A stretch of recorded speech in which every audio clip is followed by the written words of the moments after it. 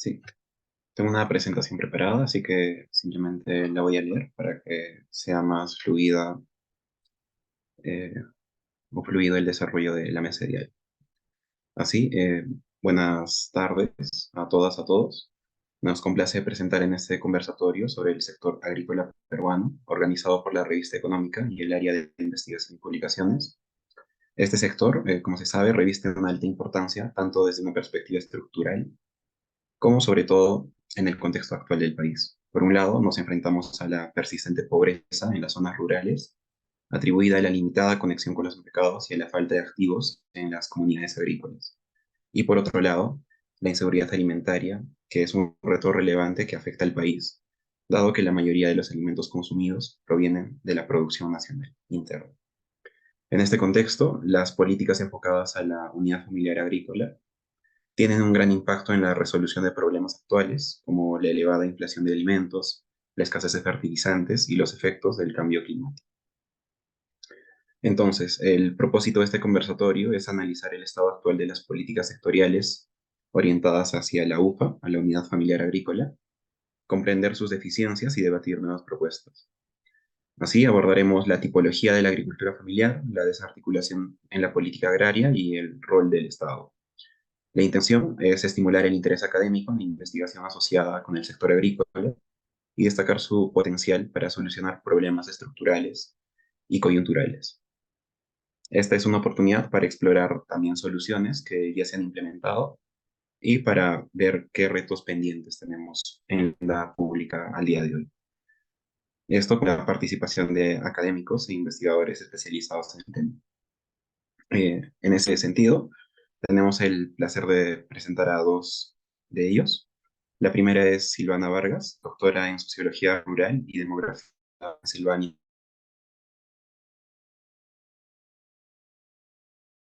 del Banco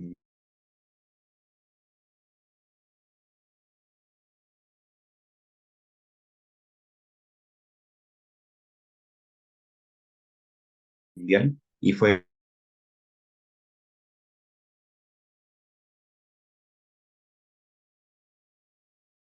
docente de la facultad.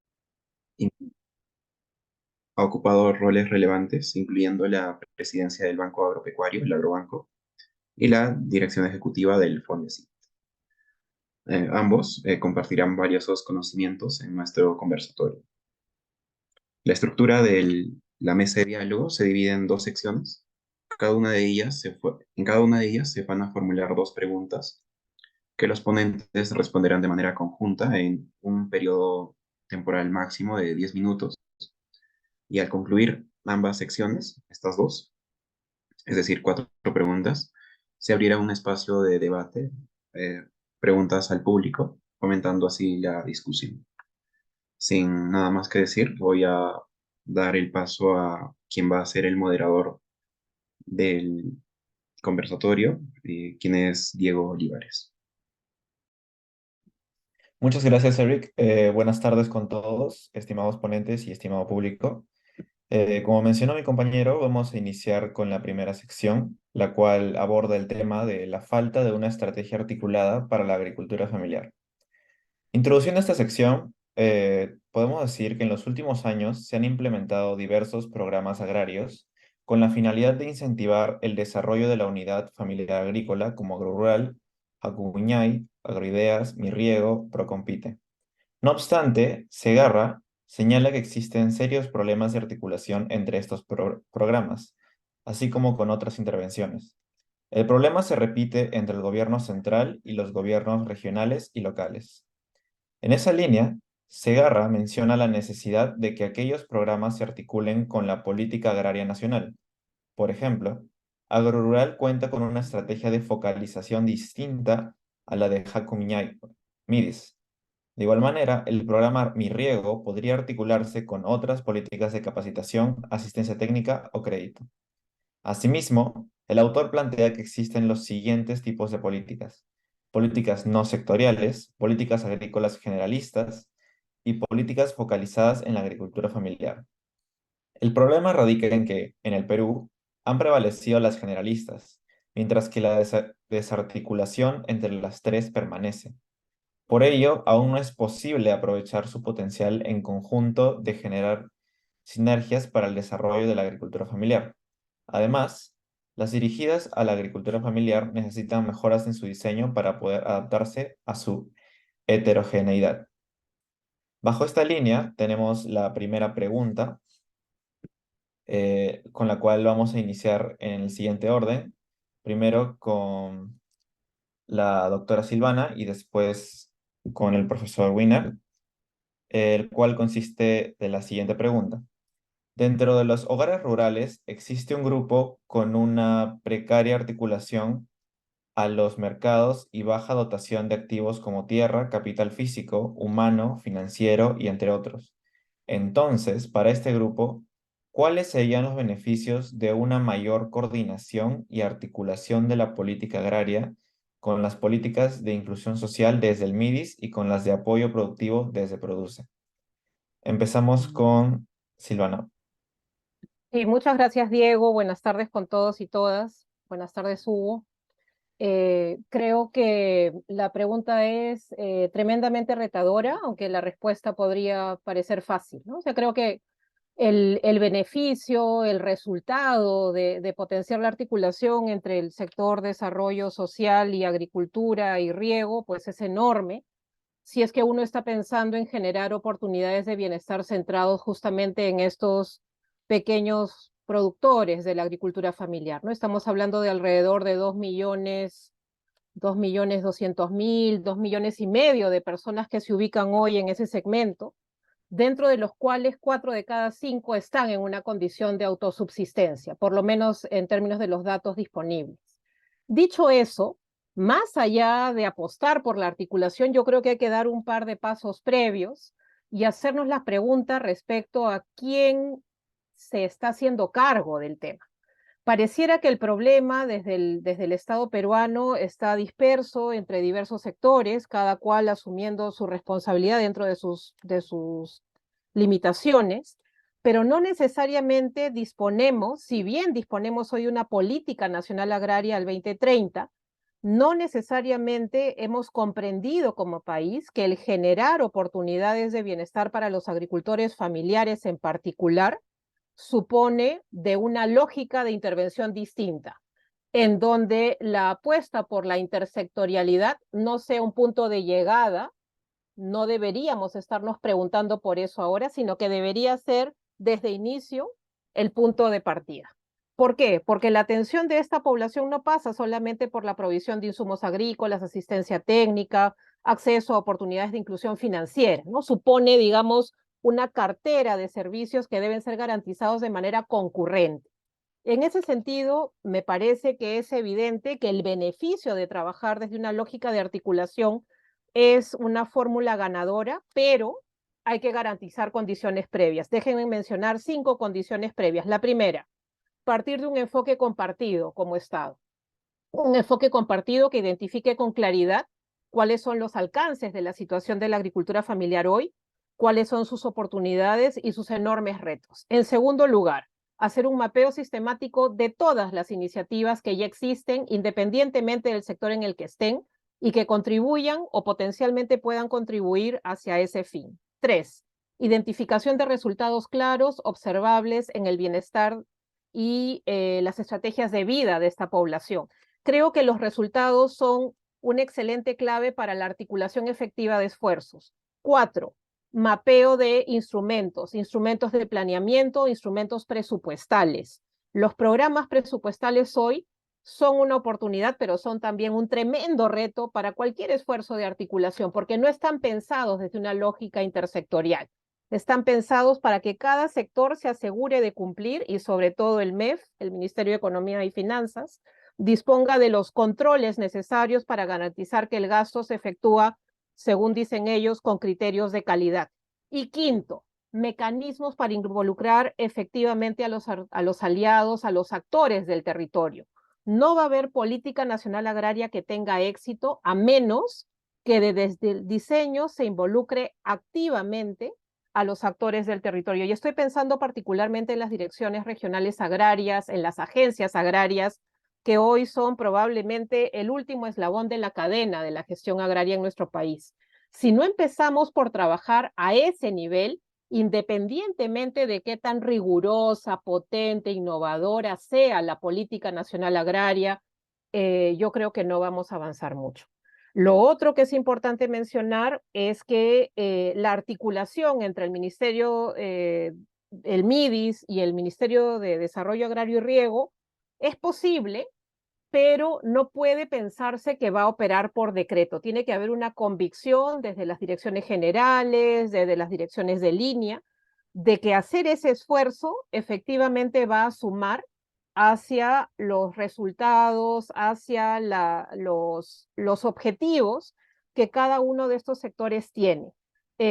Cuando estuvimos en el MIDIS hace un par de años, intentamos promover una lógica de trabajo de articulación muy fuerte con el Ministerio de Desarrollo Agrario y Riego, en ese momento a cargo del ministro Federico Tenorio, y pudimos en una lógica de trabajo de muy corto plazo promover una intervención a la que llamamos intervención temporal hambre cero, justamente dirigida a las unidades familiares agrícolas. ¿Y de dónde partimos? Partimos de los resultados que ya teníamos en marcha, para potenciar junto a los gobiernos regionales y a los gobiernos locales una ruta de trabajo que permitiera ir cerrando brechas desde una lógica, desde una mirada de articulación. En ese sentido, creo que las experiencias existen, creo que parte de esa información está documentada. Hay que mirar cómo esto funciona en países cercanos y aprender de ello para que a través de la investigación podamos avanzar en esa lógica. Me quedo ahí, Diego, porque creo que con los 10 minutos tendríamos muchísimo más para decir, pero probablemente sería mucha información a la vez. Muchas gracias. No se preocupe. Ok, ahora continuamos con el profesor Wiener.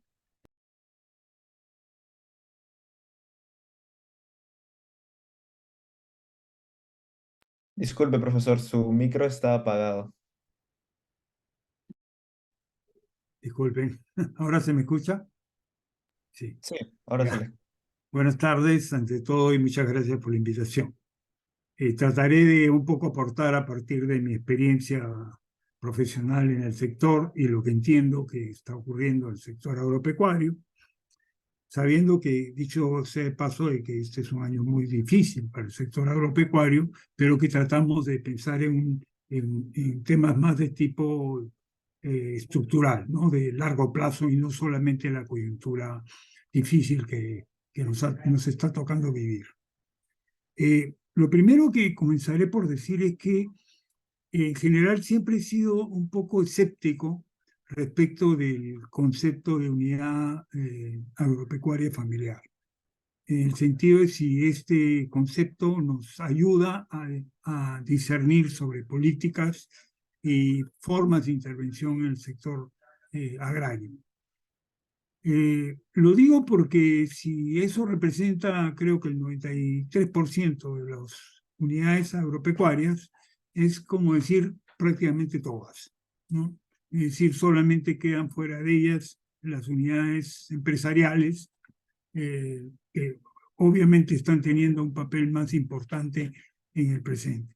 Creo que, como lo señala el propio Segarra, hay que ir hacia el mundo este de la unidad familiar. Es un mundo heterogéneo, donde hay productores, digamos, más o menos especializados y dedicados a la agricultura, y como vamos a ver más adelante, incluso que son exportadores, y otros que prácticamente tienen una unidad familiar, pero esta unidad familiar no les permite ni siquiera obtener los alimentos que podrían ayudarlo a subsistir su familia. Por lo tanto, no es en rigor un productor agropecuario, sino es una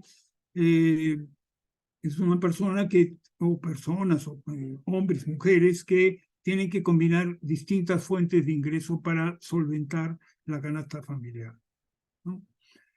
Y esto plantea un tema bien importante, porque la pregunta que nos hacemos es, ¿cuál es el objetivo de la política agraria? Y yo recuerdo una discusión que tuvimos con la gente del sector agrario, ¿no? Respecto a si la política del sector agrario, o sea, del sector agrario, era lo mismo que una política contra la pobreza, ¿no? Y creo que en el último tiempo ha habido mucho énfasis en decir que la política sectorial agraria es una política antipobreza. Y yo personalmente creo que esto le quita ciertas características fundamentales de la política productiva. Entonces, pienso que el sector agrario requiere de una política agraria que ayude a la organización de los productores, al desarrollo de esos activos que decimos que son limitados, a mejorar los rendimientos, a hacer investigación agraria, a hacer innovación en la actividad productiva, a encadenarse en circuitos y cadenas productivas de mayor nivel, de mayor exigencia, todo lo cual los enfoca dentro de una manera de entender la cosa de naturaleza tipo productivo, ¿no? Entonces, creo que ahí esa es la principal responsabilidad que tiene, mirado desde una perspectiva productiva, el desarrollo del sector agrario. Esto, de ser exitoso, genera reducciones de la pobreza, ya sea generando empleo o generando modernización y mejora de algunos pequeños productores, bien, ¿no? Pero creo que el enfoque no debería estar ahí, ¿no? Y por eso es que creo que ahí se necesita, de alguna manera, sí, una articulación, pero también distinguir roles, porque justamente el MIDIS fue creado para atacar el tema de la pobreza, y no es casual que el MIDIS terminara desarrollando parte importante de su trabajo, creo, a través de FONCODES, en el sector rural, porque es ahí donde está la mayor cantidad de pobreza. ¿Y qué es lo que encontramos ahí? Bueno, personas, campesinos, si queremos, que tienen propiedades o posesiones, que cultivan productos, muchos de ellos incluso conectados por lo menos a mercados locales y regionales, pero que son personas que tienen, como decía hace un momento, que desarrollar sus actividades junto a otras para poder completar sus ingresos, ¿no? Lo cual conspira contra la posibilidad de que esos productores puedan desarrollar capacidades o productividad, rendimientos fuertes. Un ejemplo muy simple ilustra esto, ¿no? Si un productor agrario instala un cultivo, sea un cultivo transitorio, un cultivo permanente, y durante una parte del año se desplaza a otro lugar para trabajar en otra actividad agropecuaria, pero de otro propietario, o se desplaza a la ciudad, ¿no? En ese caso, hay un periodo en el cual los cultivos no tienen la suficiente atención, ya sea que se presenten alguna plaga, ya sea que haya que hacer alguna actividad complementaria, por ejemplo, un deshierve, un aporque, etcétera. Esas cosas no se hacen. Y entonces es lógico que al final la productividad de ese agricultor, no porque sea un ignorante, pero la productividad de ese agricultor va a ser inferior a la productividad media de esos cultivos, ¿no? Entonces, creo que las soluciones en el sector agrario son soluciones de largo plazo, pero lo que yo por lo menos he observado en mi experiencia profesional, sobre todo en los últimos 20 años, era que ha habido un potente sector de pequeños productores que han estado desarrollando una serie de condiciones y mejorando su incorporación al mercado, ¿no? Frente a la gran masa de campesinos que tienen muy pocos activos y muy pocas capacidades, obviamente resulta un grupo relativamente limitado.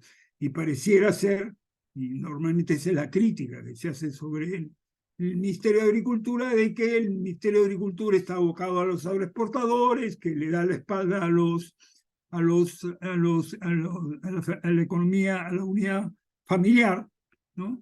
Y más o menos ese es el panorama que se pinta.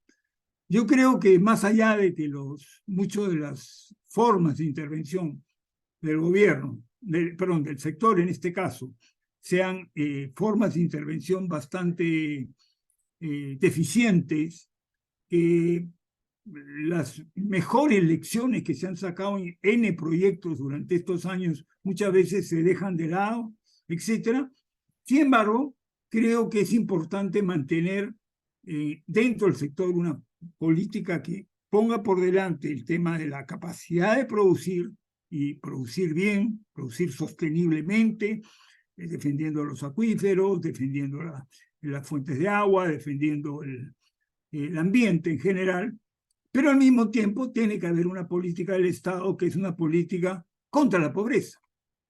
Y una política contra la pobreza en el ámbito rural no puede dejar de mirar el tema de lo que producen estos pequeños campesinos, ya sea que críen cuis, críen gallinas, qué sé yo, pues tengan hortalizas en un pequeño vivero o cosas por el estilo, lo que me parece estupendamente bueno, ¿no? Pero obviamente no resuelve el problema de fondo de ingresos de estas personas y la contrapartida de esto que vendría a ser su inseguridad alimentaria. Esa sería mi manera de ver el asunto. Entonces, bien articulación, pero bien también distinción de roles, aunque podamos utilizar los mismos instrumentos. Una anécdota nomás para contar esto. Los programas del MIDIS utilizan el concepto de núcleo ejecutor. Supongo que habrán escuchado ustedes sobre esta idea del núcleo ejecutor. La idea poderosa del núcleo ejecutor es que es la forma a través de la cual el Estado le entrega a grupos de productores para que ellos contraten una obra, para que contraten a alguien que les dé asistencia o capacitación, etc. Entonces pone en manos de los productores la decisión final y la forma de ejecutar este proyecto. Bueno, hace 2 años, cuando terminamos la pandemia, me invitaron de Agrorural para revisar cuáles eran sus métodos de trabajo. Y curiosamente sus métodos de trabajo eran los típicos métodos de trabajo paternalistas, ¿no? Donde va el asistente, va la persona para hacer una obra o cosas por el estilo, ¿no? Y obviamente lo que yo propuse en ese momento, que venía también de mi experiencia, era algo parecido a esto de los núcleos ejecutores. Es decir, hay que poner más responsabilidad en las personas, ¿no? Hay que poner la conducción de la ejecución en manos de los beneficiarios, de nuestro público objetivo. Hasta donde sé, eso todavía no está ocurriendo. La norma que faculta a FONCODES, por ejemplo, entregar núcleos ejecutores no se aplica a Agrorural. Y entonces ahí tenemos, por ejemplo, una disonancia en la intervención del Estado, porque al final ambas intervenciones se pueden cruzar en el camino. Y una tiene un método de intervención y el otro tiene otro método de intervención. Y entonces, obviamente, eso colisiona y no produce un efecto importante, porque para mí el efecto importante de poner en manos de los productores la responsabilidad es que eso empodera a las mujeres, empodera a los propios productores y si bien puede ser que los resultados al final sean bastante más modestos de lo que serían si uno pudiera ponerles asistencia técnica durante años. Sin embargo, es mucho más efectivo, mucho más sostenible desde el punto de vista de los resultados. Ahí me quedo, digo. Gracias. Muchas gracias, profesor Wiener. Ahora pasamos con la siguiente pregunta. En la línea de las políticas generalistas, Segarra encuentra una caída relativa del presupuesto asignado a desarrollo de capacidades, investigación y recursos naturales respecto a la subida relativa del riego entre el 2009 y 2015. ¿Cuál sería el impacto de esta reducción sobre la unidad familiar agrícola? Nuevamente empezamos con el mismo orden, con la doctora Silvana. Muy bien, muchas gracias, Diego. Yo creo que el efecto de esa reducción es nefasto, ¿no? ¿Por qué? Porque pareciera que la actividad agraria en general, no solamente la agricultura, en realidad es básicamente un tema de productividad y competitividad, ¿no? Y que eso eventualmente está dado por un conjunto de insumos que justamente permiten que que esos ciclos productivos se reproduzcan, se sostengan, se fortalezcan y eventualmente se potencien.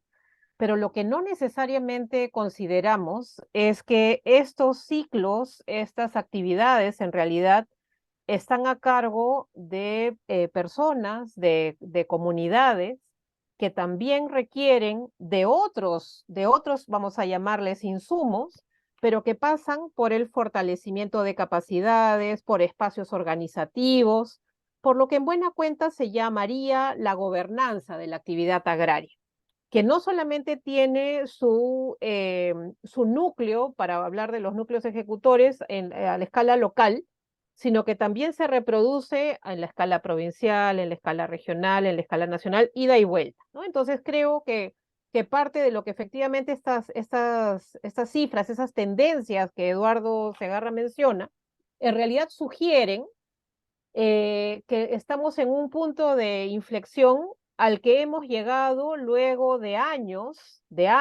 esto no es circunstancial, de años en los que no se ha tomado suficiente interés en justamente promover ese conjunto de capacidades asociadas a la gobernanza de la actividad agraria. ¿Y en qué estoy pensando? Estoy pensando en que si un Estado, un gobierno determinado, no invierte no solamente en garantizar esos insumos que son centrales y que hoy con la crisis de fertilizantes, por supuesto, han generado que la situación, digamos, se exacerbe, se agrave mucho más, en realidad no estamos tomando en consideración la lógica del sistema agrario como tal.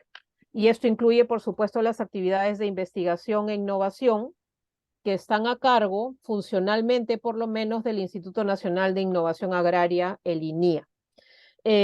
Dicho eso, ¿por dónde podríamos, digamos, empezar a encontrar algunas pistas?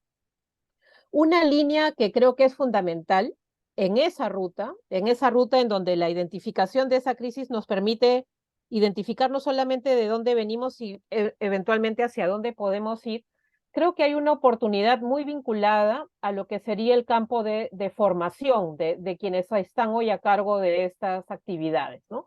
En el año 2015, justamente el Ministerio de Agricultura en ese momento promovió una estrategia que creo que en su momento fue muy potente. Yo trabajaba en ese momento en el Viceministerio de Políticas Agrarias, que se llamó Estrategia para la Promoción de Talentos Rurales. Esta estrategia, justamente aprendiendo de un conjunto de mecanismos, de experiencias, entre los cuales están los Yachachik de Sierra Productiva, los Camayos de las experiencias también de desarrollo rural, las escuelas de campo promovidas inicialmente por la FAO, tomaron un conjunto de aprendizajes para dinamizar esos espacios de formación desde el espacio local para poder certificar capacidades. Hemos dejado de lado esas estrategias o en todo caso no han ganado la escala suficiente. En segundo lugar, creo que también este reto que esas cifras sugieren implican que hagamos un esfuerzo enorme pronto por documentar todas las buenas prácticas que en términos de formación, de investigación y de innovación se han venido realizando a lo largo de los últimos años en el Perú. El profesor Wiener, aquí presente, fue parte muy importante de un programa que el Banco Mundial promovió en el Perú hace unos años que se llamó INCAGRO. INCAGRO tenía en el corazón de su propuesta justamente el dinamizar esos procesos de innovación, de investigación agraria, para abrir la cancha y asegurarse de que se generaran los elementos para poder nutrir la práctica agrícola, no solamente en el espacio local, sino también en los niveles de toma de decisión a distinta escala en el país, ¿no? Creo que eso es bien importante como experiencia. En tercer lugar, creo que esta pregunta nos interpela a todas las personas que estamos aquí. El rol de la academia en términos de investigación.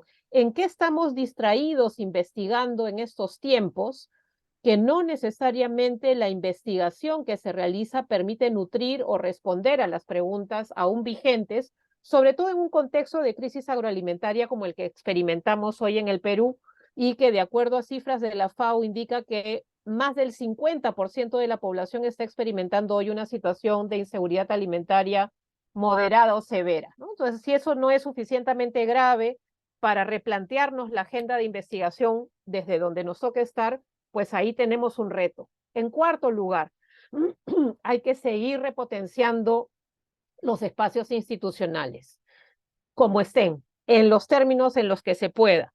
Las estaciones experimentales del INIA, que es hoy la instancia a cargo de promover estos procesos de innovación e investigación agraria, que no es el único, pero finalmente es el que tiene la competencia, podría, desde los vínculos que tiene el territorio, seguir generando espacios de generación de conocimiento, no solamente hacia adentro, sino que permitan irradiar ese conocimiento y acojan el conocimiento que se genera para poderlo revertir en esa práctica agraria. Y por último, vuelvo una vez más a los gobiernos regionales, a los gobiernos locales, parece casi una obsesión, pero independientemente del sector que esté a cargo, sea Jacuguiña desde el MIDI, sea Agrorural desde el Ministerio de Desarrollo Agrario, sean las iniciativas que tiene el Ministerio de la Producción, todas esas iniciativas, si pretenden efectivamente tener un impacto positivo en el territorio, particularmente en las unidades agrarias, agrícolas, en realidad necesitan inexorablemente un vínculo activo con los gobiernos regionales y gobiernos locales. Y la interlocución hoy es muy limitada. Entonces, cuando la interlocución es limitada y uno reconoce que es fundamental para que estos procesos puedan sostenerse en el tiempo, yo creo que va llegando el momento de replantearse los enfoques, ¿no? Y ojalá un espacio como este, con las recomendaciones que ustedes probablemente van a formular al terminar, digamos, esta reflexión, podrían, ojalá, hacerse llegar como un aporte desde los jóvenes que se están formando en estos temas para potenciar que esa investigación y esa innovación que hoy no están llegando, no están ocurriendo en la medida en la que se requiere, puedan efectivamente encontrar ahí una oportunidad. Ahí me quedo, Diego. Muchas gracias, doctora Silvana. Ahora pasamos con la intervención del profesor Wiener. El agua es un componente fundamental de la producción agraria. Y como sabemos, creo que 2/3 partes de la tierra que se usa para la producción actualmente es en secano, o sea, depende del régimen de lluvia. Por tanto, todas las iniciativas que se adopten para aumentar el riego, fundamentalmente en sierra y selva, porque en la costa prácticamente todo tiene riego, ¿no? Es absolutamente fundamental, ¿no? Entonces, yo sí creo que la decisión de ponerle dinero al riego tiene muchísima importancia.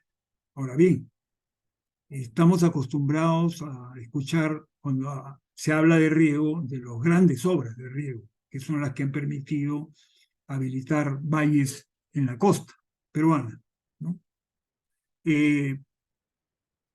Ese tipo de iniciativas, en realidad, a estas alturas deberían ser iniciativas de tipo privado, como lo fueron en su origen, ¿no?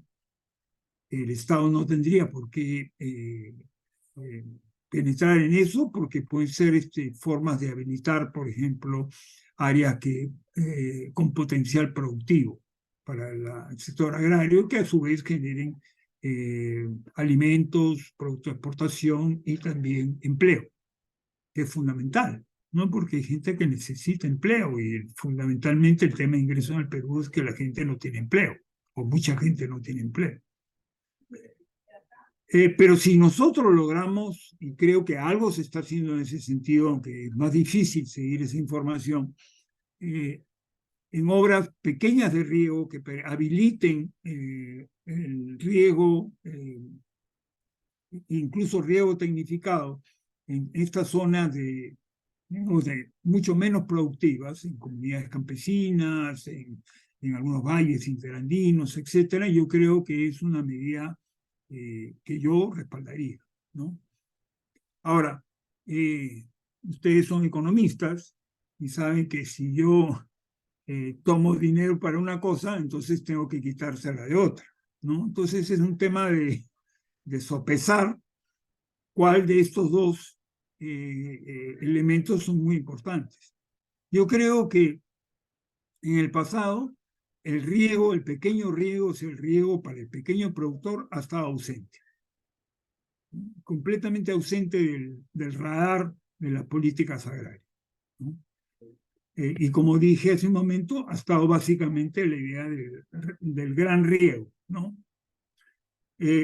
Yo creo que ya se están dando los pasos para que haya un mayor riego, microrriego, digamos, riego en pequeña escala, donde son pues instalaciones bastante básicas, pero que pueden cambiarle la vida a las personas.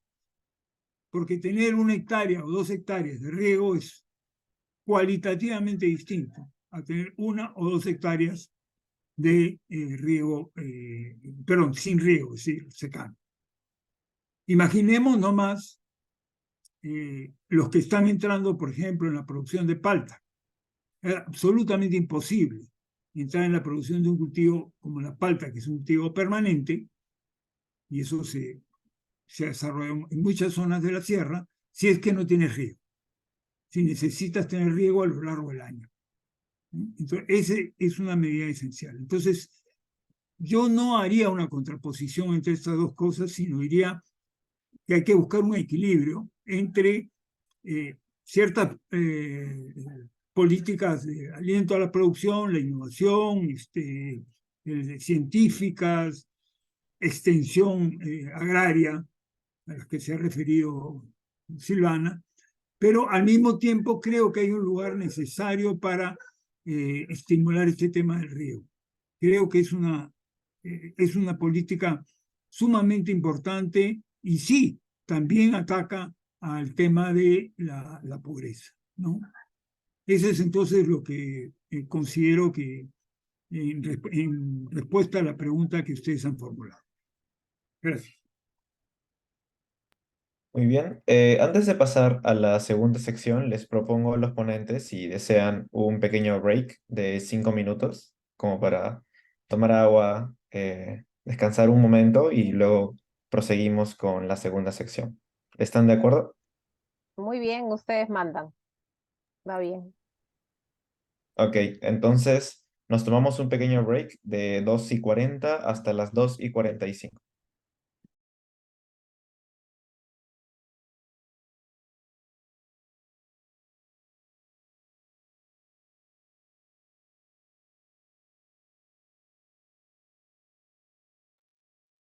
Muy bien, retomamos con el conversatorio.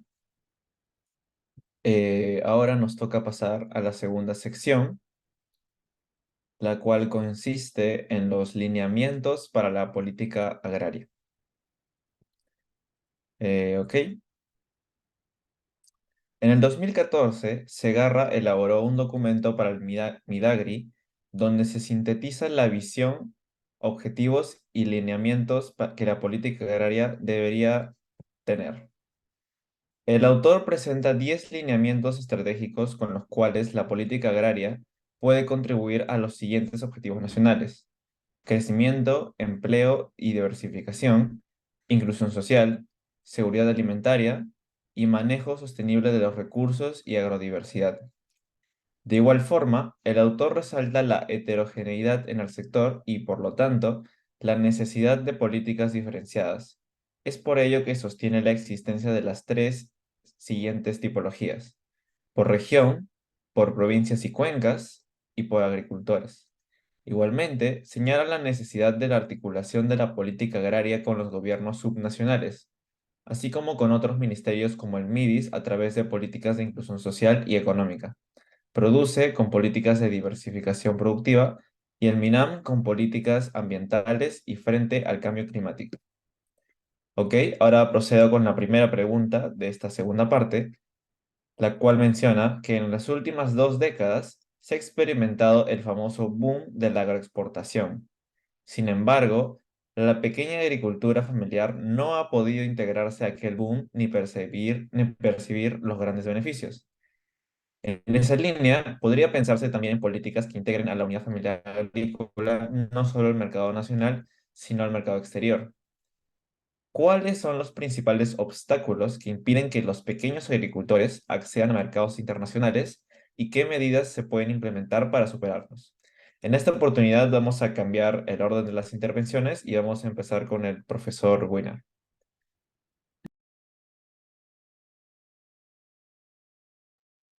Ok, bueno, comenzaré por decir que algo que ha ocurrido espectacularmente en términos de producción agropecuaria en el Perú son las agroexportaciones, ¿no?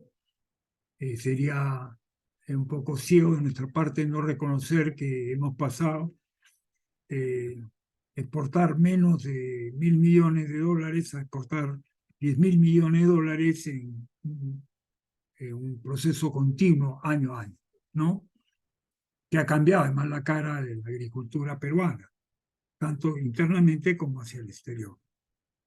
Ahora bien, ¿cuánto de eso ha favorecido, ha permitido, ha facilitado las condiciones para que entren los pequeños productores? Yo diría que bastante, ¿no? Por ejemplo, los pequeños productores exportan hoy día bananos, exportan mango, exportan quinoa, exportan palta, exportan café, exportan cacao. Es decir, no son, si bien no son la parte sustantiva de las exportaciones ni del valor de las exportaciones, sin embargo, se han hecho de un espacio, en algunos casos, en asociación con agroexportadores, por ejemplo, eso se está viendo en el caso de la palta, ¿no? Y en otros casos, por su propia cuenta, ¿no? A través de formas asociativas, como son las cooperativas y asociaciones de productores, ¿no? Es decir, para que esto ocurra, han habido ciertos factores fundamentales, ¿no? Por ejemplo, el tema del papel de SENASA y los tratados internacionales de comercio, ¿no? Que han favorecido por igual a grandes y pequeños productores, ¿no? Ahora, sin embargo, para los pequeños productores es bastante difícil entrar al tema de la exportación, porque no por deficiencias de ellos, sino porque las exigencias que tienen los mercados internacionales, los importadores, son muy elevadas, ¿no? Temas de trazabilidad, inocuidad, el uso de agroquímicos, en fin, una serie de cosas que a muchos agricultores se les hace difícil cumplir. No sé si ustedes están al tanto, por ejemplo, recientemente la Unión Europea ha aprobado de que solamente va a comprar café y cacao sea producido en áreas que no son de reciente deforestación, ¿no? Y tanto los productores de café y cacao en el Perú han obviamente expresado su preocupación, pero estamos ante un tema efectivo, ¿no? O sea, si se trata de evitar, por ejemplo, que se tumbe el bosque, ¿no? Entonces los productores tienen que trabajar sobre el área que ya está pues deforestada, pero no se trata de continuar deforestando. O sea, reemplazar el aumento de la productividad con, por ejemplo, el uso de la riqueza natural. La riqueza natural en este caso sería tomar el área del bosque, ¿no? Destruirlo para habilitarlo a una producción que que no le corresponde porque no es su espacio natural, ¿no? Entonces, este es el tema de la exportación y de la producción local. Entonces, yo creo que ahí el desarrollo de la exportación, el continuo desarrollo de la exportación, y no hay razones para no creer que eso pueda continuar, porque si algo está consiguiendo el Perú es diversificar su cartera de exportaciones, y al diversificar su cartera de exportaciones está dejando espacio para que efectivamente pequeños productores o medianos puedan participar de esta exportación. Antes de terminar, quería decir algo que se me pasó, sobre lo cual ha insistido Silvana y con lo cual estoy plenamente de acuerdo. Parte de una cosa es la política agraria, que es una política nacional, y otra cosa es cómo se interviene en cada lugar, en cada cuenca, en cada provincia, en cada región. Hace unos años también tuve la oportunidad de participar de un proyecto que impulsaba la Unión Europea a nivel de la presidencia del Consejo de Ministros, que se llamaban las Agencias Regionales de Desarrollo. Y cuando fui a hacer el levantamiento de la información de campo en las regiones, particularmente en Piura y San Martín, también en Apurímac, recuerdo, y me encontré pues con que realmente las oficinas regionales las direcciones regionales estaban como acorraladas, ¿no? Y que había una presencia abrumadora y a veces absolutamente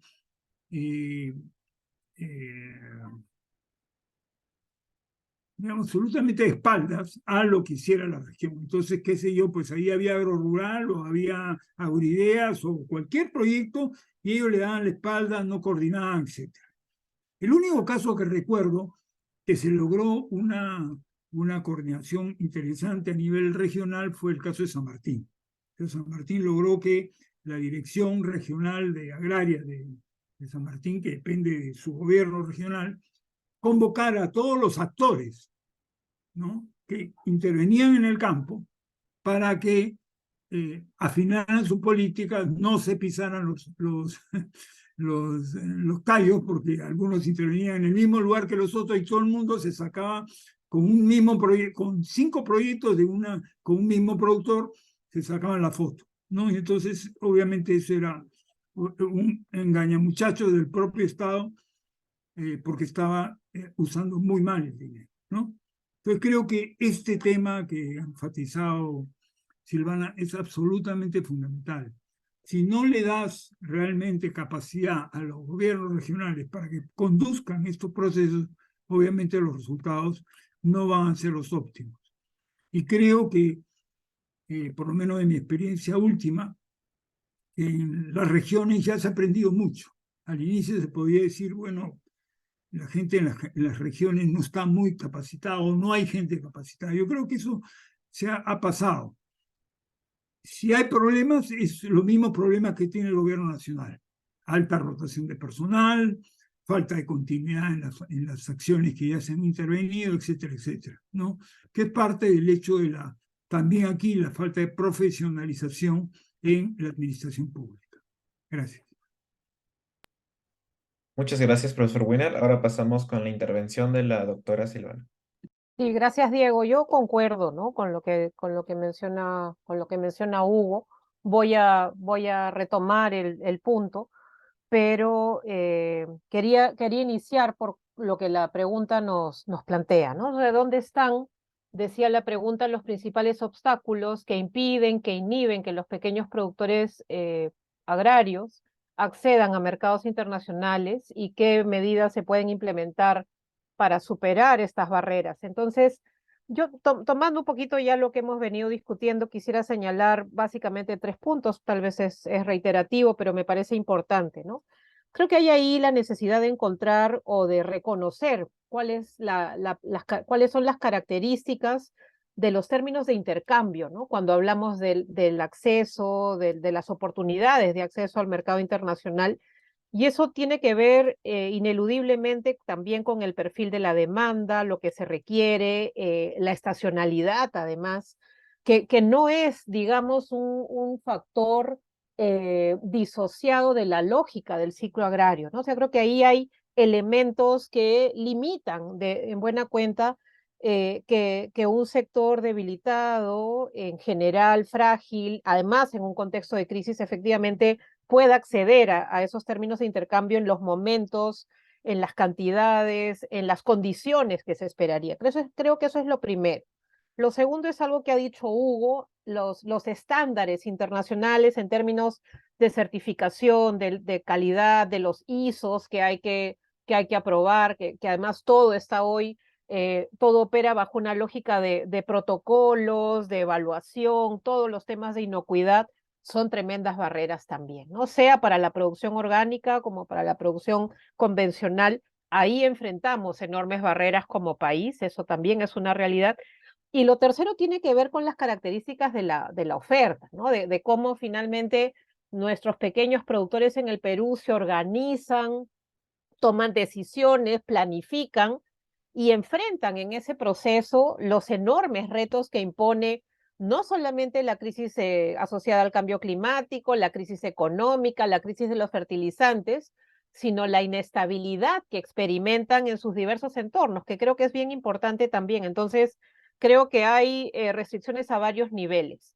Sin embargo, también apelo a la posibilidad de que podamos encontrar o esbozar algunas pistas, ¿no? Yo creo que así como hay retos, así como hay limitaciones a distintos niveles, también hay oportunidades.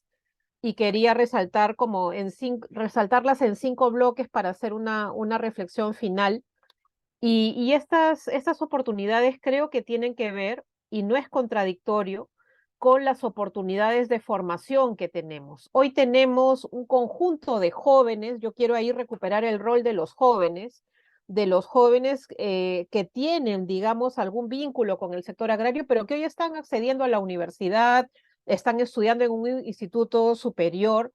Ahí hay un enorme potencial para generar conocimiento y sobre todo conocimiento vinculado al sector agrario de manera muy fluida, muy natural, ¿no? Entonces, ya no son jóvenes que están o no en la actividad agraria, son jóvenes que van y vienen.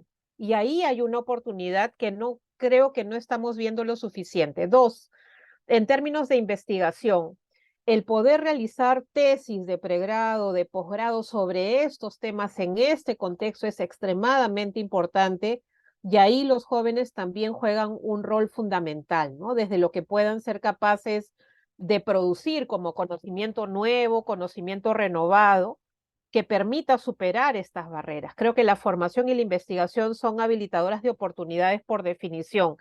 En tercer lugar, Hugo Wiener es maestro en lo que voy a decir, la innovación agraria pareciera estar de incógnito hoy, ¿no? Se tuvo años, y él no me dejará mentir, en donde efectivamente se logró poner bajo el radar esta apuesta, se logró invertir recursos, involucrar aliados, el sector privado, ir alineando esfuerzos, pero pareciera que de pronto, en realidad no tan de pronto, esos esfuerzos como que entran como también en su propio ciclo, ¿no? Yo creo que ahí el recuperar la centralidad de la innovación agraria como se pensó en su momento, no solamente en términos de generación de conocimiento, sino también de capacidades, de vínculos, del fortalecimiento de los espacios regionales, fue una apuesta muy potente.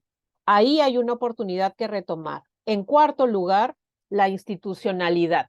Esa institucionalidad que, como hemos dicho, se refleja no solamente en lo que pasa en Lima, sino fundamentalmente que tiene que ver con lo que está pasando hoy en las regiones, en las provincias, en los distritos, ¿no? Y cuál está siendo realmente la presencia del Estado, no solamente del Midagri, sino de todos los sectores, en términos efectivamente de generar oportunidades para esos pequeños productores y de qué manera se están tomando esas decisiones que yo creo en general andan también de incógnito, ¿no? O sea, no hay vitalidad, digamos, en cómo la gestión pública está hoy ocupándose de estos temas, pero hay una oportunidad también, y por supuesto en los espacios de articulación, pequeños, escasos, fragmentados, pero existentes. Y yo también, casualmente, quería apelar a una experiencia concreta, ¿no? Las agencias regionales de desarrollo, esta iniciativa que menciona Hugo, casualmente promovida por la presidencia del Consejo de Ministros a través de la Secretaría de Descentralización, con apoyo de la cooperación internacional y demás, está dando algunas pistas. Ningún modelo está cerrado, ningún modelo es perfecto, pero nos permite aprender. Y estas ARDs, a través de las estrategias de innovación, justamente son en realidad espacios de aprendizaje que tendríamos que tener mapeadas, ¿no? Entonces ellos promueven estas CEDIR, estrategias de innovación regional, me parece, que justamente van entretejiendo estas oportunidades desde una lógica de cadenas de valor que permiten potenciar desde una lógica local, regional, esos espacios en donde la formación, la investigación, la innovación y la institucionalidad se juegan una oportunidad. Tal vez mirando esas experiencias que van de Piura a La Libertad, pasando por San Martín, Cusco, Apurímac y Ayacucho, y probablemente algunas más que se nos escapan, ya dan algunas lecciones de qué cosas se podría empezar a dinamizar para generar efectivamente esas oportunidades. Cierro con algo que he tenido aquí en la garganta y que no he dicho hasta ahora. Estos 10 lineamientos a los que aluden con el trabajo de Segarra, que se han venido haciendo, en donde se mapean todos estos temas de seguridad alimentaria, inclusión, de fortalecimiento de capacidades, todos esos instrumentos de política efectivamente apuestan a estrategias que son medulares, pero siguen adoleciendo de una falta sistemática de una visión territorializada. La actividad agraria en el Perú es una actividad territorialmente situada. No es igual practicar la agricultura de subsistencia en Chumbivilcas, en Cusco, que practicar la agricultura de subsistencia en Gayabaca, Piura. No es igual. Las condiciones del territorio son distintas. Y esos matices tienen que ser parte de cualquier respuesta en términos de formación, de investigación, de innovación, de institucionalidad. Entonces yo creo que la variable territorial tiene que ser ya parte desde el diseño, ¿no? Desde las preguntas que nos formulemos tanto para generar conocimiento como para promover intervención. Hay que imprimirle a esas preguntas la capacidad de acoger la heterogeneidad. Somos un país tremendamente heterogéneo y la heterogeneidad hoy en el Perú, mirando la actividad agraria en particular, no es una sorpresa, no es una restricción, es un dato de la realidad. Y cuando uno sabe que una característica es un dato de la realidad, la incorpora al algoritmo y empieza a trabajar desde ella, ¿no? Yo creo que ahí también tenemos una oportunidad. Y ahora sí, me quedo callada, Diego. Gracias. Muchas gracias, doctora Silvana. Ahora pasamos con la última pregunta de esta mesa de diálogo para posteriormente pasar a la siguiente sección, bueno, a la última parte de lo que consiste esta mesa de diálogo con Herrick. Así que antes, la última pregunta. La actividad agroexportadora genera efectos externos que inciden tanto en la distorsión de los precios del mercado como en la disponibilidad de recursos necesarios para la sostenibilidad de la agricultura familiar, tanto en términos productivos como sociales. Este fenómeno se manifiesta de manera evidente en la costa peruana, particularmente en el Valle de Ica, donde la industria agroexportadora somete al acuífero más significativo del país a una explotación que supera en más de 3 veces la tasa natural de recarga hídrica del ciclo hidrológico. En este contexto se plantea una cuestión crucial.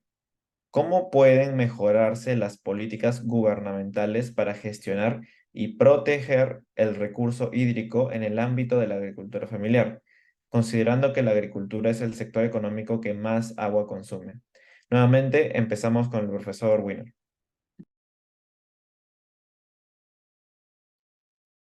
Bien, en primer lugar, habría que decir algo a favor de la agroexportación, ¿no?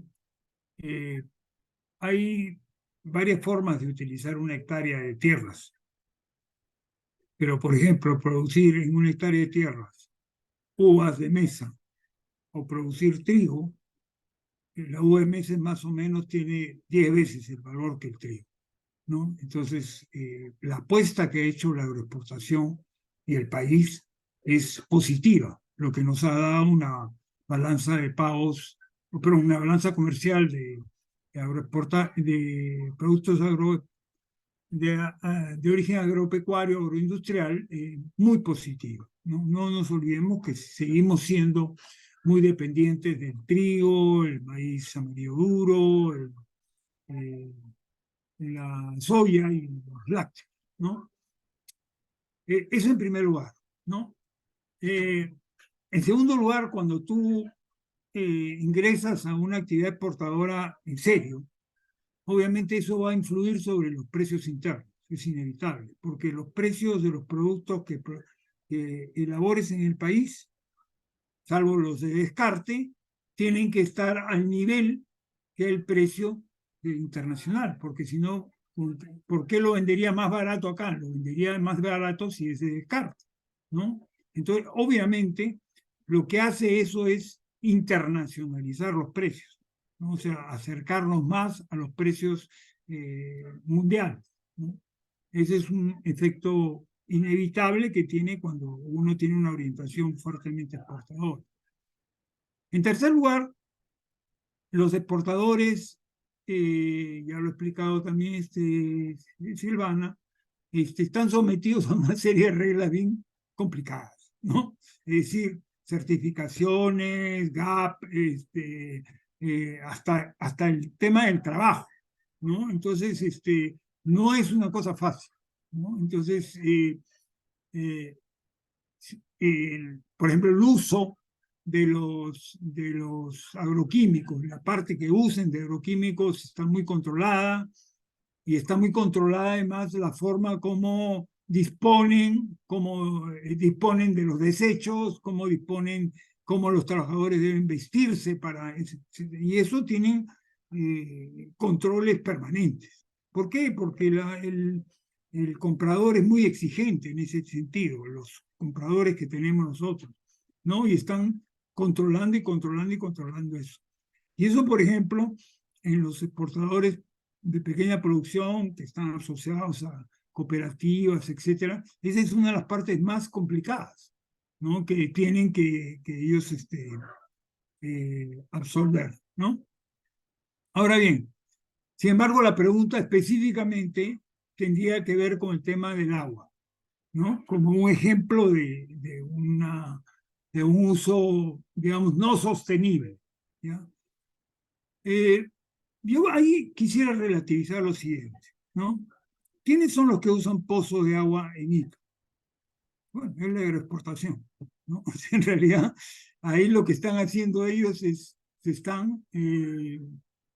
digamos, entre ellos se están quitando el agua.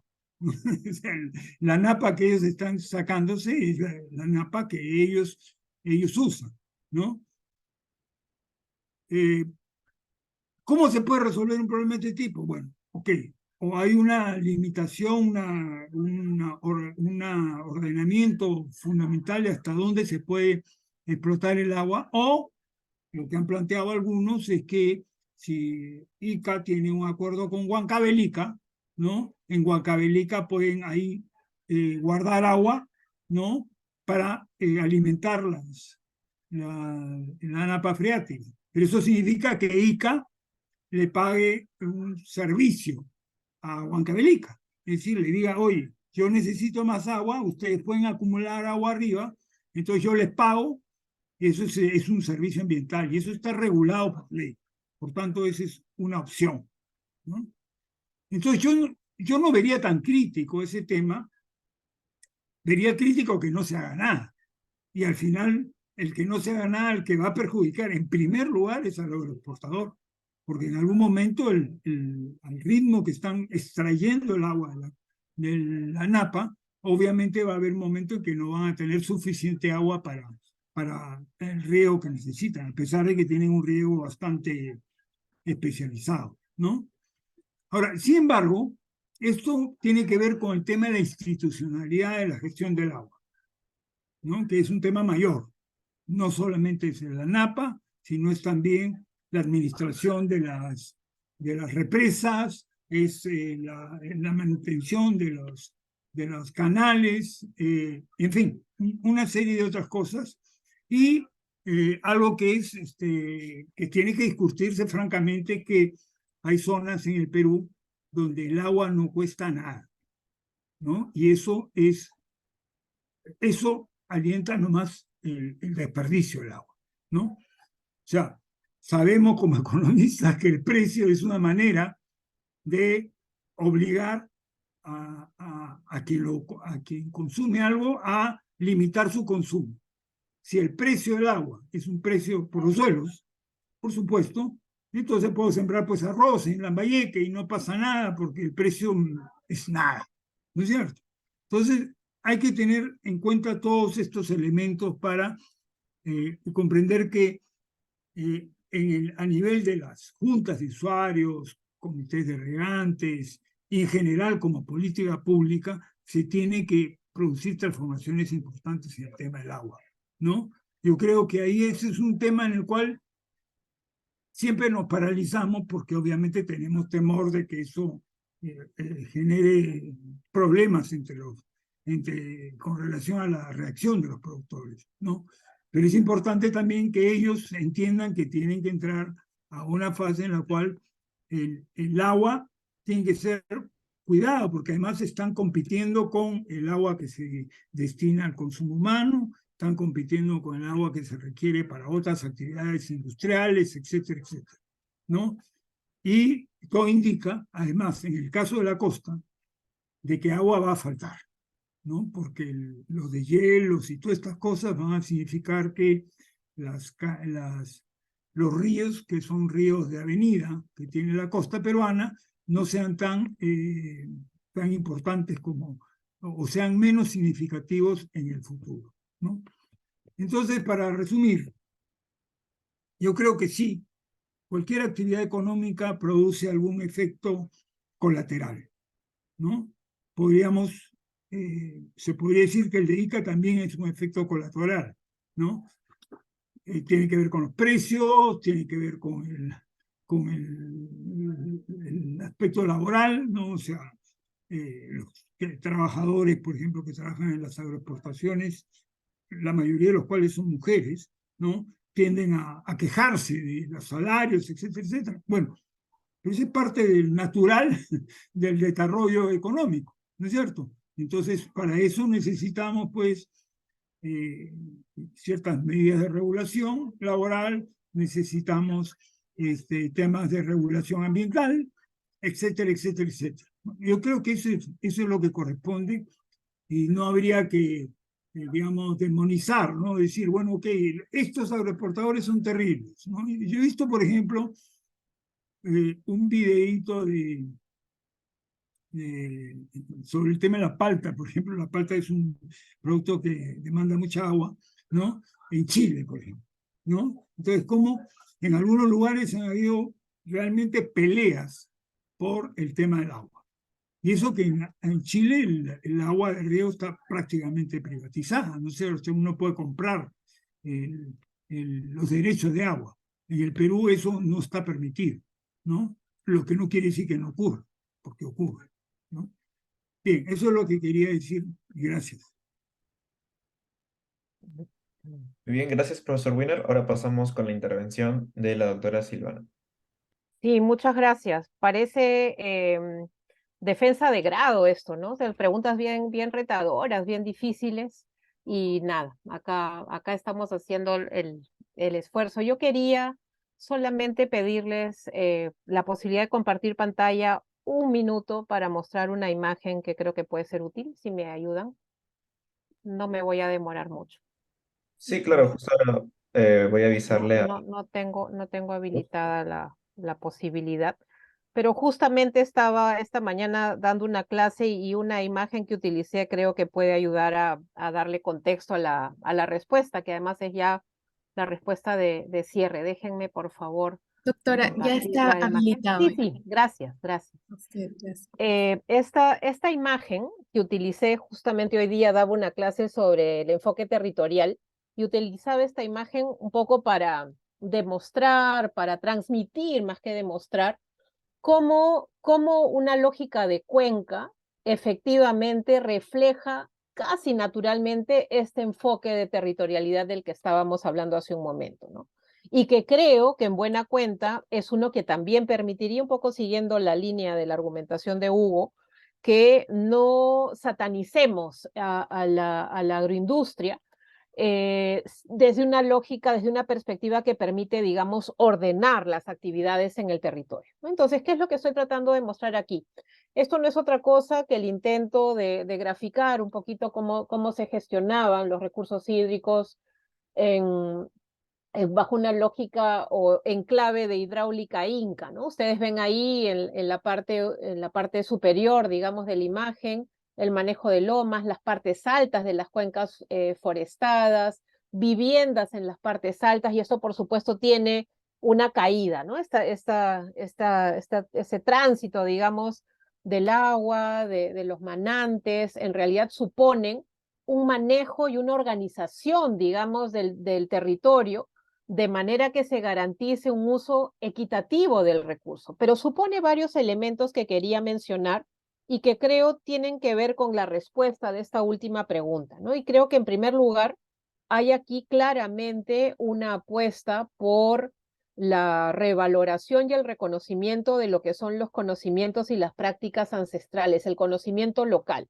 sea a nivel de lo que son las amunas o los guaruguarus, que son justamente estos pequeños huequitos que ustedes ven casi hacia la mitad del gráfico, que son justamente mecanismos a través de los cuales se va manejando el recurso, son parte de ese sistema de conocimiento que ofrecen una alternativa justamente para poder proponer una lógica distinta, alternativa a una política de gestión de recursos hídricos en nuestro país. Por supuesto que esto pasa también por una lógica de ordenamiento territorial que supone identificar estas distintas actividades en el territorio, en sus magnitudes y alcances correspondientes, pero supone también hacer una apuesta explícita por lo que es la diversificación de la actividad agraria, ¿no? Un poquito en la línea de lo que hemos estado hablando, para que, en cuarto lugar, todas esas experiencias, por ejemplo, de siembra y cosecha de agua, que se dan a distinta escala y que están dispersas, permitan encontrar en esta lógica, en esta gestión,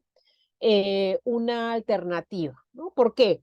Porque efectivamente, como mencionaba Hugo hace un momento, el acceso y la disponibilidad del agua en el Perú son probablemente uno de los indicadores más importantes que dan cuenta de las brechas de desigualdad que experimentamos. O sea, yo creo que habría que hacer urgentemente un estudio sobre gestión del agua y patrones de desigualdad. Creo que ahí hay una oportunidad enorme de encontrar pistas y, por supuesto, en consecuencia, planificar de otra manera. ¿Qué pistas surgen desde esta reflexión? Yo diría desde una mirada territorial claramente, y se me ocurren cuatro palabras que inician casualmente con P, las cuatro, ¿no? Un ejercicio de planeamiento territorial, creo que es muy importante, sugiere una lógica distinta de organizar el recurso, no en torno a una actividad, es la actividad la que debe nuclear la gestión del agua, sino que es la lógica de la gestión la que debe permitir identificar las oportunidades y el alcance para el asentamiento de determinadas actividades en un territorio determinado, en un tiempo determinado, ¿no? La P de planificación territorial. Dos, algo que se ha dejado de hacer en gran medida, los estudios prospectivos, ¿no? Escenarios que permitan identificar bajo lógicas de gestión del recurso hídrico diferenciadas, territorializadas, mecanismos que permitan que efectivamente el uso se garantice desde una lógica de sostenibilidad que recupera justamente esas dinámicas de los entornos de los que estamos hablando. Ni la planificación ni la prospectiva van a llegar a buen puerto si no generamos mecanismos renovados de participación que nuevamente tiene que ver otra vez con la apuesta por la gobernanza, que pasa por dar voz, ¿no? Que pasa por dar voz efectiva a quienes tienen que tomar decisiones permanentemente en esos contextos, en las condiciones de mayor adversidad que podamos imaginar muchas veces. Y en cuarto lugar, la P de poder. No podemos, independientemente de la disciplina que estudiemos, desconocer que en el uso de los recursos naturales, particularmente en el uso del agua, de los recursos hídricos, hay una dimensión de poder inherente, ¿no? Entonces creo que esa dimensión de poder le da, digamos, un giro a la reflexión que permite, junto a la mirada de planeamiento, a la apuesta prospectiva y a la recuperación de los mecanismos de participación activa, un énfasis, un matiz distinto, justamente para tener una mirada integral. Y ojalá esto nos permita diseñar modelos de estimación, de medir, digamos, cómo estos procesos efectivamente pueden reflejar estas diversidades, ¿no? Creo que eso nos vendría muy, muy bien como parte de esta apuesta por recuperar estas dinámicas ancestrales que están instaladas en el territorio y que a veces persistentemente nosotros desde el lugar en donde estamos, digamos, olvidamos, por decirlo de alguna manera, ¿no? Y nuevamente, muchas gracias por la oportunidad y por el esfuerzo que esto ha implicado por tratar de proponer, sintetizar algunas ideas más o menos coherentes en este espacio. Muchas gracias. Muchas gracias a usted, doctora Silvana. Y ahora, ya pasando a la parte final de esta mesa de diálogo, nuevamente voy a concederle la palabra a mi compañero Eric, quien va a dar inicio con algunas de las preguntas. Sí, igualmente, muchas gracias por la exposición, ha estado genial, a Hugo y Silvana. Y ahora quisiera preguntar tal vez si alguno de los presentes tiene preguntas para proponer un espacio de discusión ahora. Levantan la mano y podemos recopilar algunas preguntas y juntarlas todas para que así Silvana y yo puedan responderlas.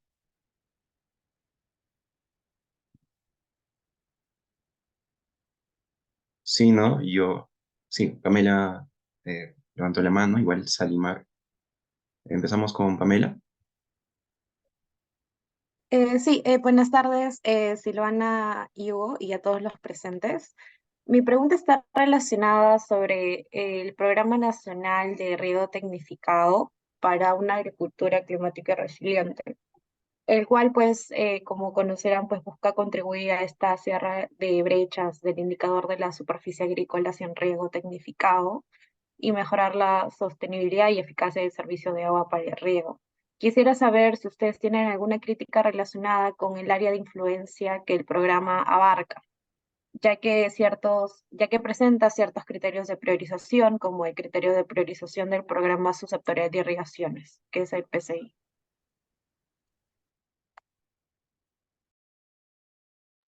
Sí, Salimar, ¿nos comentas tu pregunta? Bueno, en primer lugar quisiera agradecerles por todos los temas que en realidad han sacado a relucir pues, en esta mesa. Es impresionante, muchísimo, muchísimo por comentar. Y yo quería sacar, bueno, poner en la mesa de diálogo una perspectiva que hace poco veía justamente en unos reportajes y por la experiencia que tengo por tener justamente abuelos que también por ejemplo, se dedicaron a la agricultura. Y es que muchos ya no desean que sus nietos o su generación se dedique justamente a la agricultura, ¿no? Y es que realmente el trabajo de los agricultores, especialmente me refiero a los pequeños agricultores, está subvalorado y muchos de ellos se sienten olvidados, ¿no? Entonces, la mayoría de jóvenes ya no desea dedicarse profesionalmente a la agricultura.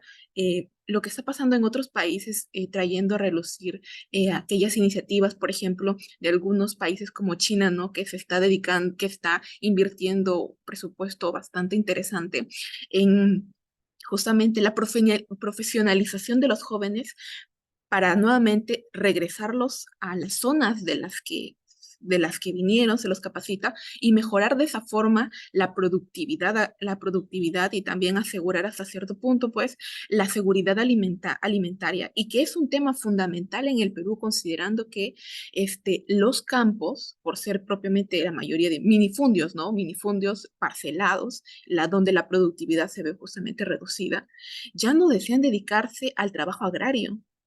Entonces tenemos campos vacíos, gente que no desea trabajar, cada vez menos tecnificada, y vemos cada vez personas, agricultores más desesperados por las condiciones no solo del abandono que el Estado les da, ¿no? Sino también climáticas que cada vez son más austeras, considerando, por ejemplo, las sequías terribles que estamos teniendo y que, sumado a la idea del precio que cada vez los beneficia menos, está desolando, o sea, dejando desiertos de talentos los campos. Gracias. Gracias, Alimar. Bueno, yo también haría algunas preguntas.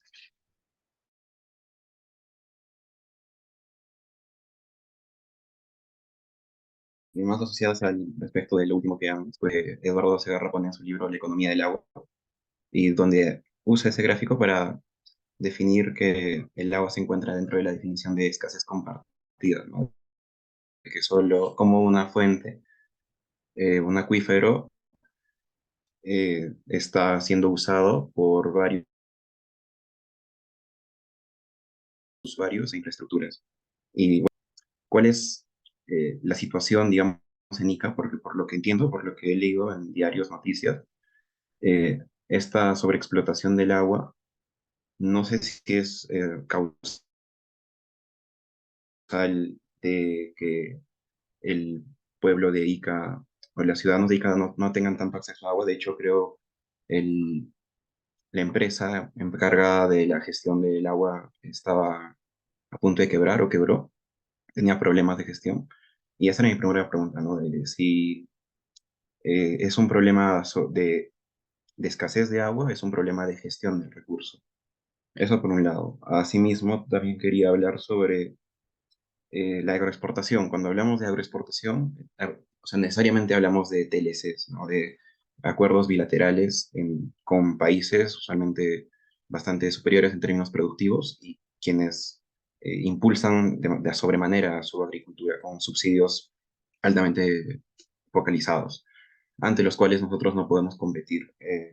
Así, creo que es evidente que si bien la agroexportación nos ha traído competitividad en determinadas frutas y hortalizas, también nos ha traído limitaciones en la producción y el desarrollo de la unidad familiar agrícola para otro tipo de productos agrarios, ¿no? Y lo cual se nota en contextos de inseguridad alimentaria, como las que estamos viendo desde el año pasado, así de manera intensa. Y ahí quisiera preguntar si es viable, adecuado, ¿cómo ven ustedes un proyecto de lo que se le llama ahora la soberanía alimentaria? Eso y, bueno, finalmente ya para terminar mi pregunta sobre la agroexportación, es que si bien las agroexportadoras tienen reglas bien tipificadas, como mencionó Hugo, respecto de los agroquímicos, aspectos específicos sobre el proceso de producción, creo que también tienen bastante ayuda del gobierno, flexibilidad tributaria, flexibilidad en términos laborales, y por lo mismo no creo que sea gratuito las constantes marchas que vienen de los trabajadores agroindustriales, ¿no? Y bueno, esas serían mis preguntas. Creo que con eso cerramos el bloque de preguntas y podrían contestar de manera libre. Primero, Silvana, tal vez, las preguntas que Sí, gracias. Eric, yo te he escuchado un poquito entrecortado, pero más o menos he quieran, todas en tratado conjunto dan una conclusión. Hola, hola, ¿me escuchan? Sí, Sí, sí te ya. escucho. Eric, yo te he Sí. escuchado un poquito entrecortado por momentos, pero yo quería centrarme en la pregunta de Salimar. Indirectamente también algo sobre lo de Pamela, el PCI finalmente es una apuesta, es un programa en realidad que tiene un conjunto de parámetros, tiene una apuesta, tiene criterios de intervención que no necesariamente suponen una lógica de intervención a nivel de pequeños productores, ¿no? A propósito justamente de la tipología de Eduardo de hace un momento, el PSI ha sido diseñado con otra finalidad, me parece, y aunque no lo conozco en detalle, creo que sobre esa finalidad habría que cuestionar efectivamente si está siendo efectivo y si esos objetivos que se han previsto en el marco del programa presupuestal dentro del que se encuentra, efectivamente se están cumpliendo. Pero yo quería hablar de esta idea del desierto de talentos, como decía Salimar, ¿no? Nosotros en este momento, para dar una experiencia concreta, tenemos un proyecto muy potente con jóvenes rurales con los que estamos trabajando en Amazonas y en Ayacucho, ¿sí? Junto a la Universidad Nacional Toribio Rodríguez de Mendoza y a la San Cristóbal de Huamanga.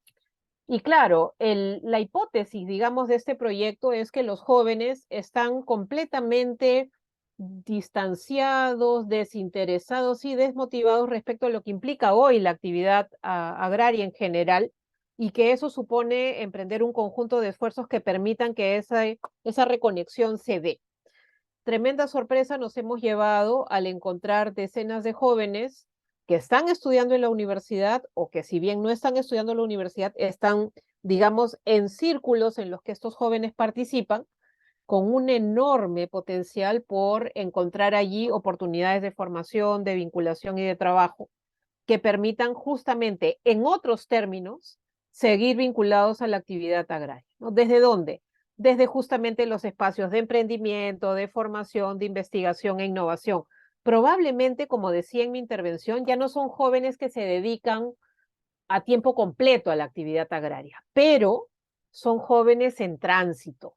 Y es en la capacidad de identificar esos tránsitos que nosotros, desde donde estemos, nos jugamos la posibilidad de involucrar a los jóvenes, de informar a los jóvenes en estas tareas. Yo creo que no nos viene bien de pronto generalizar. Efectivamente, ¿no? La actividad agraria hoy en el país probablemente no es la más atractiva, por una serie de razones de las cuales ya hemos hablado esta tarde un poquito en detalle, pero yo sí creo, estoy convencida de que ahí aún hay una oportunidad sobre la cual podemos intervenir. Desde la universidad, desde el sector privado, desde donde corresponda. Y ustedes como jóvenes, y acá hablo como profesora, no lo puedo evitar, también tienen una oportunidad fundamental a través, por ejemplo, de los espacios de redes de estudiantes. ¿Por qué? Porque en esos espacios de redes de estudiantes, de intercambio de conocimiento y demás, hay también la posibilidad de que haya una suerte como de inspiración mutua de lo que esto implica, de que tengamos en este espacio no solamente estudiantes de una universidad, de una especialidad en particular, sino un diálogo de saberes entre jóvenes, preocupados desde su propia experiencia de lo que hoy implica vincularse a la actividad agraria, de lo que implica acceder o no a los recursos hídricos, de lo que implica o no gestionar el territorio. Entonces yo creo que allí económica, como experiencia de trabajo colectivo, además en un tiempo en donde ese tipo de apuestas cada vez están menos presentes, tienen una oportunidad, y yo haría ahí una invocación a que puedan convocar a jóvenes de otros espacios del país para poder generar un diálogo directamente con ellos, sin intermediación, para ver si hay pistas que se puedan construir colectivamente. Ahí me quedo, Eric. Muchas gracias, Silvana. Ahora le doy el pase a Hugo para que pueda responder las preguntas que desee y dé una conclusión final. Bien, tratando de responder lo que se me ha preguntado, yo creo que un programa de tecnificación del riego es muy potente, ¿no? Sobre todo si se hace en lugares donde ya hay riego, o sea, que es una manera de aprender a hacer un mejor uso del agua, ¿no? Entonces, una política que incluya el tema tarifario, incluya la administración del agua y un uso más cuidadoso del, del líquido elemento, como dicen, es muy provechoso. Yo no sé cuál es el actual focalización del programa del PSI, ¿no? La última noticia que yo tuve sobre el PSI fue que estaba interviniendo en Sierra, y si es así, me parece bien, ¿no? Ahora, algo más sobre el agua a propósito de lo que dice Eric, es que el agua es lo que llamaríamos en economía un bien común, ¿no? No es un bien público, ¿no? A veces creo que se equivoca. Nosotros como economistas debemos tener cuidado, porque el agua es un bien escaso, ¿ya? Limitado, y entonces requiere de políticas que permitan que el agua se distribuya razonablemente, equitativamente, como decía Silvana, ¿no?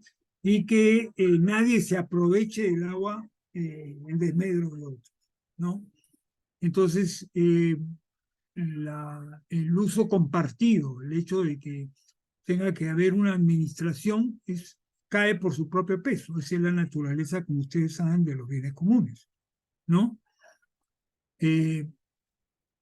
Sobre el tema de los talentos en el campo, efectivamente, en las últimas veces que he tenido la posibilidad de salir a evaluar proyectos, tenía que encontrar indicadores proxy sobre si los productores habían mejorado sus condiciones de vida. Y un indicador que encontré sistemáticamente en todos los productores que habían participado en estos programas de innovación, de desarrollo productivo, era que tenían hijos estudiando en la universidad. Y normalmente una universidad relativamente distante, es decir, por decirte, en la capital del departamento, una cosa así, porque tampoco hay universidades entonces. Eso me alegró muchísimo, porque además eso les costaba plata a los productores, y era un indicador claro de que tenían más dinero y que estaban dispuestos a invertir más dinero en los hijos, ¿ya? La parte no tan bonita era que estudiaban estos chicos. Y entonces los chicos todos estudiaban carreras que tienen poco que ver con el sector agropecuario, ¿no? O sea, eran más bien casos excepcionales los que estaban estudiando el sector agropecuario. Entonces había una suerte como de descreimiento del interés por participar en él. Pero también he tenido otras experiencias que me han parecido muy interesantes. Por ejemplo, tuve la oportunidad de dar unos cursos en ESAN, en la maestría de no sé cómo le llaman, creo que es agroexportación o agroindustria o algo así, ¿ya? Y encontré ahí, entre los alumnos, mucha gente que venía del campo y que estaba estudiando maestría, ¿no? Eso me pareció sumamente alentador, ¿no? Sospecho que algo de eso deben haber en universidades del interior del país. De acuerdo, todas las universidades no son iguales, pero si algo estoy convencido es que un chico que pasa por una universidad, aún la peor universidad, está mucho más potente que aquel que no pasó por ninguna, ¿no es cierto? Entonces, en ese sentido, creo que hay la posibilidad de una renovación. Actualmente, según la última encuesta nacional agropecuaria, el 40.2% de los productores, de los pequeños productores, tenían más de 60 años, ¿no? Y si juntábamos a los de 40 más, teníamos 85%, ¿no? Entonces es un campo que se está envejeciendo. Ahora, ese problema es mundial. En todos los países, las zonas rurales y la producción agraria, o sea, no la producción agraria empresarial, digamos, sino la producción agraria de pequeñas unidades, se está envejeciendo. Y alguna de ellas desaparece simplemente por inanición, no es decir, simplemente desaparece de un día para otro. En los países europeos, donde incluso la tasa de reposición de la población está en caída, ¿no?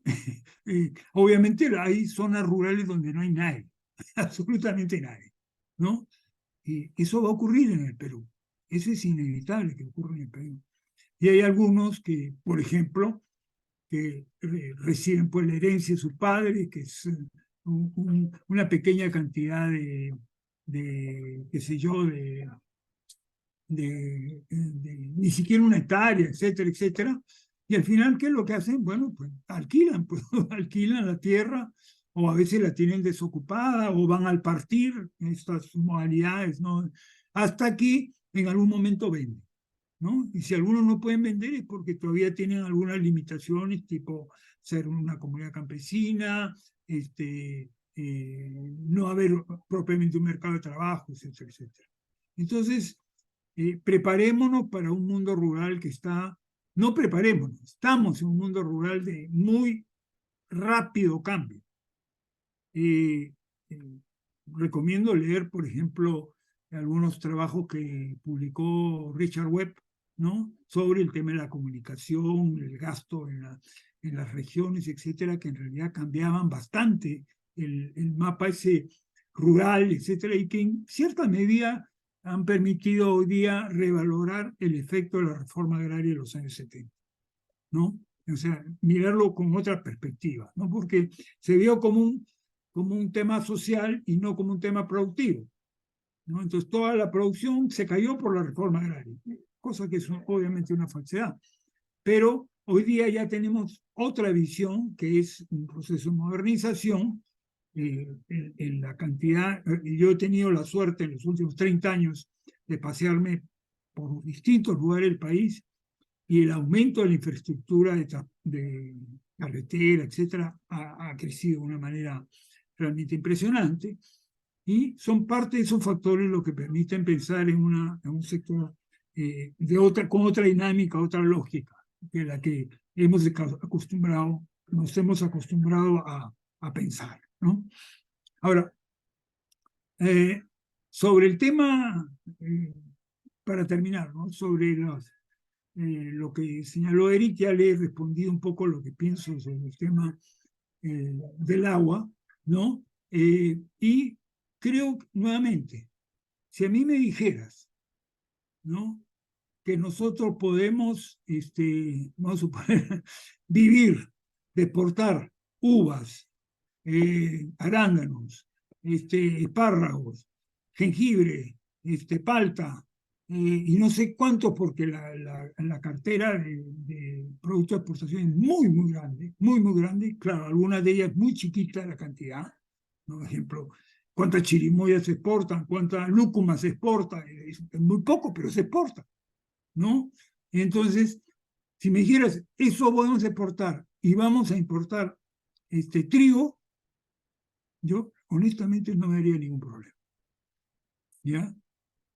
Es decir, creo que lo que uno debe producir es lo que tiene más valor, y eso viene desde nuestros estudios del intercambio comercial, ¿no? El intercambio, el comercio mundial, ¿no? Nosotros somos un pequeño país con un PBI realmente pequeño para la escala mundial, y en un mundo de alto comercio, de alto desarrollo comercial, obviamente podemos tener mucho más éxito vendiendo aquello que la gente nos va a comprar, ¿no? No nos van a comprar computadoras, no nos van a comprar carros, ¿no? Probablemente ni inteligencia artificial, por lo menos en muchos años, ¿no? Hoy día, ¿qué podemos exportar? Lastimosamente, minerales, productos de agroexportación, etcétera. No son muy pocos los productos realmente que podemos exportar y que son fundamentales para sostener el resto del aparato productivo. No nos olvidemos que las crisis típicas de los países como el nuestro son los estrangulamientos del comercio exterior, ¿no? Es lo que le está pasando a Argentina, ¿no? A pesar de que es un país con potencia exportadora. Entonces creo que alentar la exportación es válido. ¿Se le ha hecho muchas concesiones a los agroexportadores? Yo creo que sí. O sea, hay una ley de promoción de la exportación, se acaba, pues. O sea, esa idea de que las leyes de promoción son al infinito, yo no la suscribo. Se ha acordado, por ejemplo, una ley similar, o se ha incorporado entre esos alcances a la acuicultura. Tiene total sentido, ¿no? O sea, la acuicultura es una actividad que puede crecer muy potentemente, es una actividad que puede desarrollarse en el área rural, que puede ayudar a mucha gente a darle empleo y sacarlo de la pobreza, etcétera, etcétera. ¿Qué haya que hacer inicialmente? Promociones, es decir, por ejemplo, liberarlos de algunos pagos, liberarlos de qué sé yo, de algunas regulaciones, etcétera, puede valer la pena, ¿no? Pero obviamente una política de promoción, por su propia definición, es una política temporal, ¿no? Y estamos mal acostumbrados en el país a que una vez que se da una medida, ya nadie quiere retroceder, son derechos adquiridos. Y ahí sí tenemos un problema, ¿no es cierto? Porque no es posible sostener a sectores que tienen regímenes laborales diferenciados. Lo mismo ocurre con el tema de los impuestos y la pequeña industria, ¿no es cierto? O sea, hay como 3 o 4 regímenes de pago de impuestos, ¿no es cierto?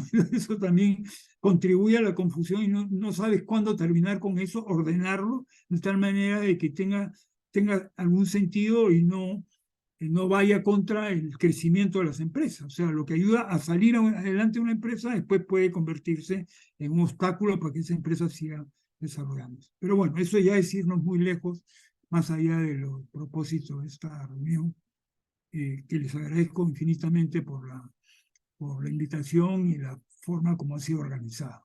Espero haber contribuido a ella. Gracias. Muchas gracias, Hugo. Igualmente, Silvana. Ha sido un gusto tenerlos hablando sobre un tema tan relevante en un país eh, tan pequeño y donde la agricultura es un sector bastante importante desde cualquier punto de vista, ¿no? Y que debería ser más abordado, como bien mencionó Silvana, desde la academia, desde la política. Y bueno, nosotros como revista estamos apoyando un poco en ello. Y sin nada más que decir, de nuevo agradecerles y daríamos por terminada esta mesa de diálogo que ha tratado sobre las políticas sectoriales en la unidad familiar agrícola. Muchas gracias. Igualmente, Adiós. Antes de que nos retiremos, no sé si todos, bueno, los podrían prender sus cámaras para poder tomarnos una respectiva fotito o colocar algún emoji de corazón.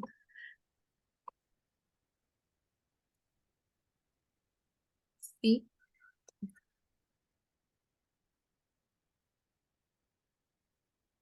Bueno, 1, 2, 3, 4.